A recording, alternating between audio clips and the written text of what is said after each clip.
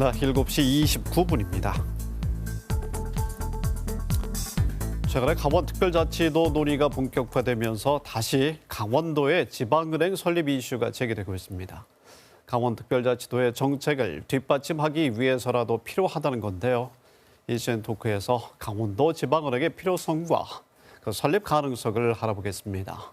황규선 강원연구원 연구위원 스튜디오에 모셨습니다. 위원님 어서 오십시오. 안녕하십니까. 반갑습니다. 강원도은행을 설립해야 하는 이유라는 14쪽짜리 정책 톡톡 보고서를 이번에 내셨습니다. 어떻게 기획하게 된 것인가요? 예, 뭐 지방은행이 이제 없지 않습니까? 강원도에. 그러다 보니까 지역 금융 중개 기능이 상당히 약화되어 있는 그런 상태였고요. 네.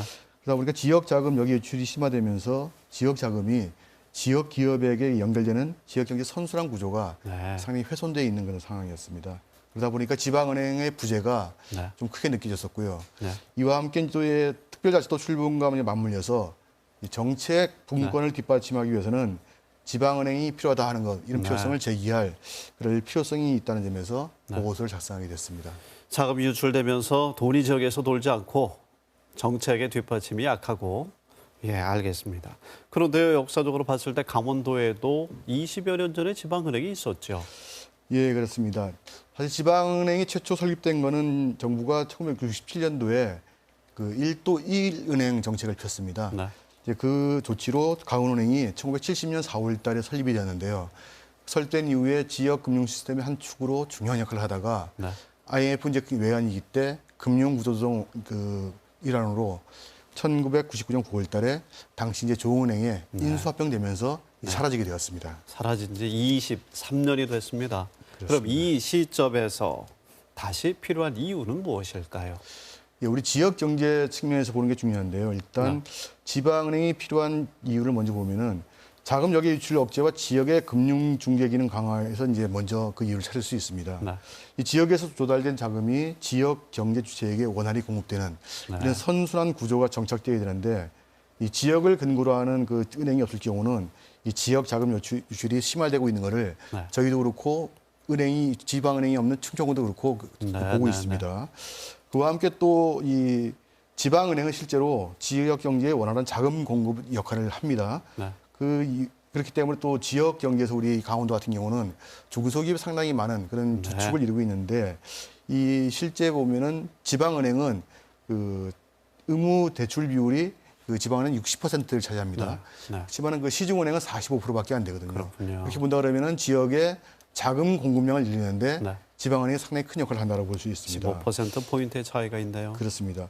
그와 함께 또 중요한 게 이제 시중은행 같은 경우는 이 경기 동행적인 자금 운영 행태를 보이는 그런 문제가 있는데 이게 무슨 말씀이냐 하면은 경기가 어려울 때 오히려 중소기업에게 대출한 자금들을 회수하는 그런 경향이 많습니다. 근데 그런 중소기업에 대한 정보가 없기 때문에 그런 문제가 있는데 지방은행이 있을 경우는 지역에 대해 실정을 잘 알기 때문에 중소기업들에게 그 필요한 자금들을 그 상황에 맞게 잘 운영할 수 있어 갖고 이 경기 동행적인 이런 그 대출 행태를 좀 탈피할 수 있는 그런 여지가 있습니다.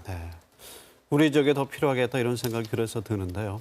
자, 내년 6월에 강원특별자치도 출범을 앞두고 있습니다.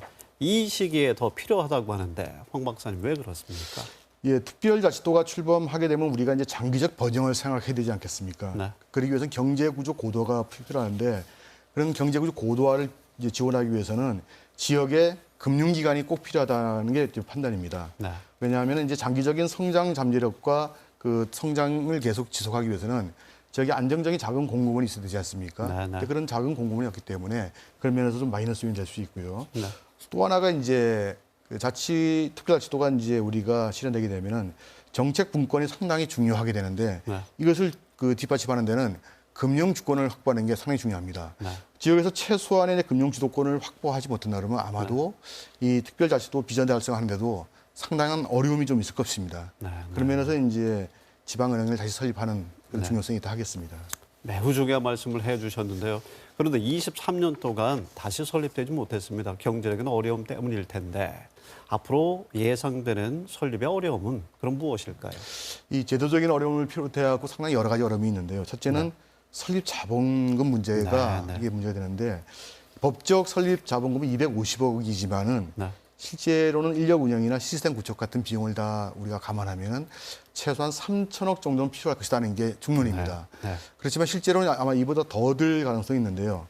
그 자본금 문제가 이제 중요하지만 또 여기다 하나 더 자본금을 조성하는 방법도 상당히 또 현재 문제입니다. 네. 이 대주주 요건에서 우리가 15% 상한 제한이 있는데 이 자치단체 출자 비율을 우리 이제 15%라고 보시면 됩니다. 네.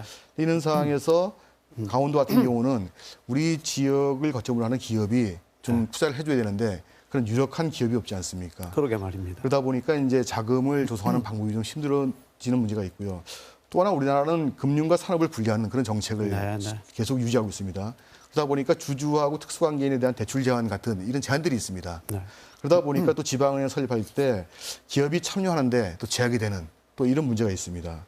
그와 함께 실제적인 문제가 또 큰 게 뭐냐면은 인력 확보가 큰 문제일 텐데 네.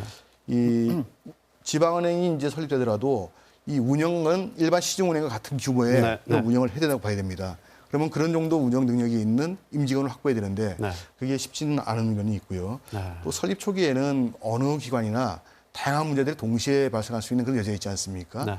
그런 면에서 이제 문제 대처 능력이 있는 네. 필수 인력을 확보해야 되는데 그게 좀 쉽지 않은 면이 있을 겁니다. 네. 그와 함께 특정 지역을 중심으로 영업을 활동을 해야 되기 때문에 이 영업 지역이 좀 제한되는 네. 그런 수익성과 연결되는 이런 또 문제가 좀 있다고 보겠습니다. 네. 어려움에도 불구하고 보고서에는 설립의 가능성을 높일 수 있는 방법이 있습니다.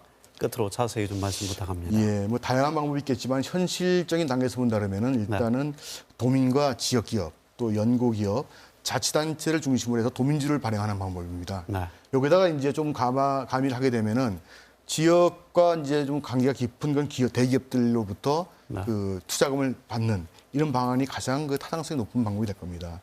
이게 좋은 거는 이제 도민주를 발행하게 되면은 지역의 책임성을 높일 수 있는 그런 방편이 되면과 동시에 지역 기업이 참여하게 되면은 네. 지역에서 조성된 자금이 지역 기업에게 연결되는 이런 네. 연계성 강화가 되는 이런 또 좋은 면이 있습니다. 네. 그러면 현실적으로 봤을 때 도금고, 시군금고를 양분하고 있는 곳이 농협과 신한은행인데 그것도 참여가 가능한가요? 실제 지방은행이 설립될 경우 네. 금융기관들이 지분 참여가 가능할 거라고 봅니다. 네. 알겠습니다. 좋은 제언의 말씀 보고서를 통해 조금 더 자세히 봐야겠네요. 황규선 박사님 대단히 고맙습니다. 예, 고맙습니다.